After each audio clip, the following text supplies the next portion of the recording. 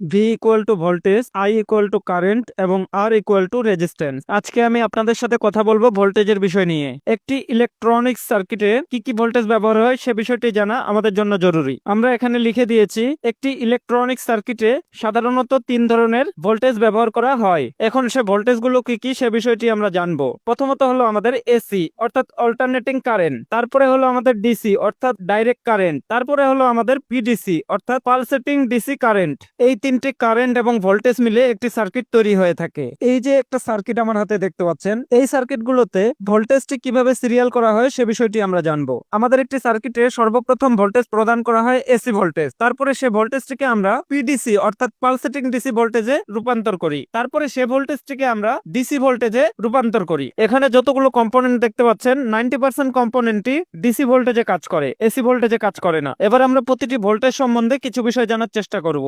এই যে এখানে দেখুন লেখা আছে এসি অর্থাৎ অল্টারনেটিভ কারেন্ট। এই যে চিত্রটা দেখতে পাচ্ছেন অর্থাৎ এটাকে বলা হয় ওয়েভফর্ম বা এসি কারেন্টের সিগন্যাল। এখানে দেখুন লেখা আছে পিডিসি অর্থাৎ পালসেটিং ডাইরেক্ট কারেন্ট। এই চিত্রটি হলো পিডিসি ভোল্টেজের ওয়েভফর্ম বা সিগন্যাল। এখানে লেখা আছে ডিসি বা ডাইরেক্ট কারেন্ট। এই চিত্রটি হলো ডিসি ভোল্টেজের ওয়েভফর্ম বা সিগন্যাল। আমাদের সব সার্কিটে কিন্তু সরাসরি ডিসি ভোল্টেজ ইন হয় না, আমরা এসি ভোল্টেজ ইন করি, তারপর সে ভোল্টেজকে আমরা ডিসিতে রূপান্তর করে সার্কিট পরিচালনা করি। এটি হলো আমাদের 100 ওয়াটের একটি ক্লিয়ার লাইট। এই লাইট চেনে না এমন কোন ব্যক্তি আমার মনে হয় নেই। এই লাইট সাধারণত আমরা জ্বালাই এসি 220 ভোল্ট দিয়ে অর্থাৎ এসি কারেন্ট দিয়ে। এসি ভোল্টেজ বা এসি কারেন্টের বিষয়টা আমি আপনাদেরকে বুঝিয়ে দিব। তার আগে আমাদেরকে এই ওয়েভফর্মটা অসিলোস্কোপে চেক দিতে হবে। এটা হলো আমাদের অসিলোস্কোপ মিটার, যেটি দিয়ে বিভিন্ন প্রকার সিগন্যাল চেক দেওয়া যায়। আমি যদি প্রব দুটো এসি ভোল্টেজে ধরি তাহলে দেখেন এই যে এস এর মতো আমার মিটারেও কিন্তু দেখাচ্ছে, অর্থাৎ আমরা কিন্তু অল্টারনেটিং কারেন্টের সিগন্যালটা দেখতে পাচ্ছি। আপনারা আমার মিটারের ঠিক এই জায়গাটা একটু খেয়াল করে দেখুন,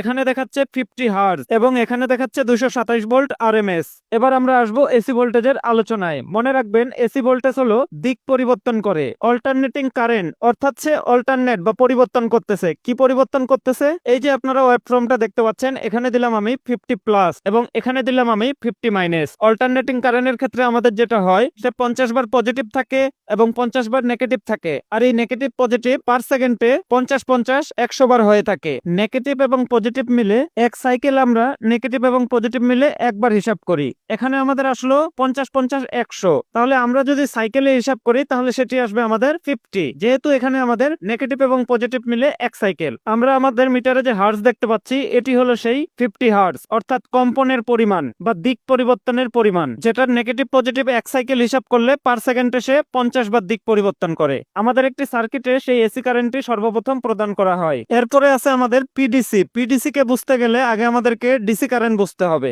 আমরা ব্যাটারি মোটামুটি সকলেই চিনি, আর এই ব্যাটারি থেকে আমরা যে ভোল্টেজ বা কারেন্ট পেয়ে থাকি সেটি হলো আমাদের ডিসি কারেন্ট বা ডিসি ভোল্টেজ। আমি যদি আপনাদেরকে ডিসি ভোল্টেজের ওয়েভফর্মটা একটু মেপে দেখাই তাহলে আপনারা আরো ভালো বুঝতে পারবেন। দেখেন আমি ব্যাটারির সাথে প্রোব দুটো ধরছি, এখানে দেখেন এখানে ভোল্টেজ দেখাচ্ছে 11.5 ভোল্ট। এখানে কোনো প্রকার হার্জ দেখাচ্ছে না, অর্থাৎ কোনো প্রকার দিক পরিবর্তন দেখাচ্ছে না, অর্থাৎ হার্জ আমাদের 00। আমরা এখানে ওয়েভফর্ম যেটা দেখতে পাচ্ছি সেটা হলো সরাসরি ডাইরেক্ট। আশা করি আমরা ডিসি ভোল্টেজ বা ডিসি কারেন্টের হিসাবটা বুঝতে পেরেছি। এই ডিসি কারেন্টে কখনো দিক পরিবর্তন হয় না। এখন এই পিডিসির কথা আমি আপনাদেরকে যদি বলি, পিডিসি হলো আমাদের এসি এবং ডিসি মিশ্রিত কারেন্ট, অর্থাৎ এই ভোল্টেজ বা কারেন্টের মধ্যে এসি এবং ডিসি মিশ্রিত থাকবে। আমাদের ডিসি ভোল্টেজ প্রয়োজন পড়ে, আমাদের এসি ভোল্টেজ প্রয়োজন পড়ে, কিন্তু আমাদের পিডিসি ভোল্টেজ প্রয়োজন পড়ে না। তবে আমরা যখন এসি ভোল্টেজকে ডিসি ভোল্টেজে রূপান্তর করতে যাব সে সময় অবশ্যই আমাদের এসি ভোল্টেজের পরে পিডিসি ভোল্টেজে রূপান্তর করতে হবে, তারপরে আমরা ডিসি ভোল্টেজে রূপান্তর করতে পারবো। তবে পিডিসি ভোল্টেজ দিয়ে সরাসরি আমরা কোনো লোড চালাতে পারি না। আজকে আমরা ভোল্টেজের বিষয়টি আশা করি ক্লিয়ার হয়ে গেলাম। গত ক্লাসে আমরা কারেন্টের বিষয়টি ক্লিয়ার হয়েছি এবং রেজিস্ট্যান্সের বিষয়টি ক্লিয়ার হয়েছিলাম। আমাদের পরবর্তী ক্লাসগুলো হবে রেজিস্টরের উপরে। এই রেজিস্টরের উপরে আমরা অনেক প্রকার সার্কিট তৈরি করব, আর সেজন্য আমাদের ভোল্টেজ এবং কারেন্ট এই দুটো বিষয় জানা খুব জরুরি ছিল।